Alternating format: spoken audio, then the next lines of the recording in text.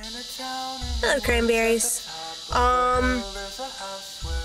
So it's my turn to discuss chapters 1 through 5 of Anthem. I had some of the same observations Abby did. One of those was the how and the why.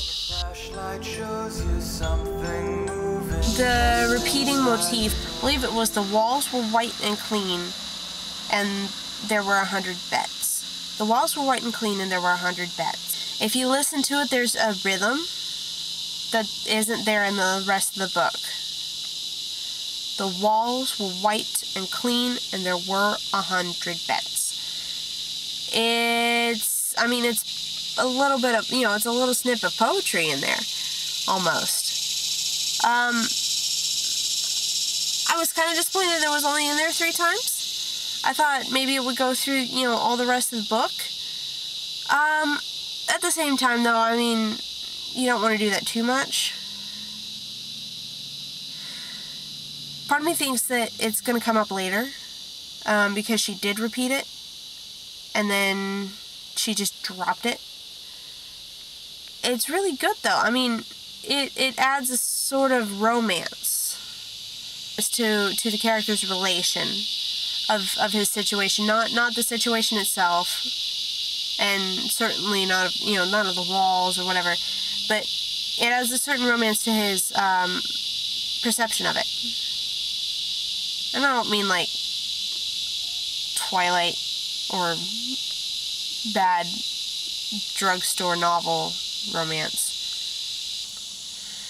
I like the way that rain is romantic. Speaking of romance, I feel like Liberty 53000 needs a mention. Just because, she's obviously going to be a major part of this character's motivation. He's in love with her. He's not supposed to be in love with her. She's in love with him. They talk to each other. They're not supposed to talk to each other.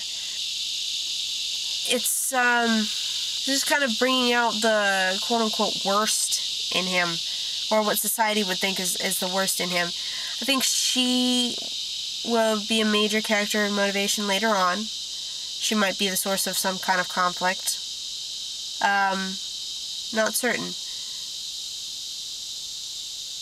He obviously feels very possessive of her. Well, maybe not possessive, but protective. He asks her how old she is, and she says 17, and his immediate thought is, well, when girls are 18, they go to the palace of mating. And he doesn't like that. Neither do I, frankly. That's just disturbing. Another thing I've noticed is that all of the stuff that we look down on as a society, or not necessarily look down on, but they're the harsher, the more crude, the more rough sides of us, those have palaces. You have the palace of mating and the palace of correctional detention. All this stuff gets palaces. It's kind of, a trading of values or a complete lack of them. I'm not sure. It'll be interesting to see where this book goes, but all in all, it kind of reminds me of my own writing, which I don't like very much, because I tend to do this sort of thing. I tend to have characters without motivation, or if they do have motivation, I can't really explain it very well. The tone is very flat, which I understand. I hope it gets better toward the end, but it's very, very flat.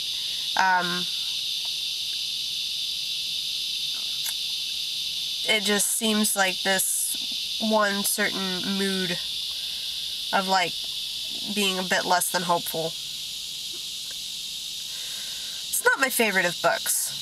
It's a really good story, but it's not my favorite so far. But I don't know, that might change by the end. We'll see.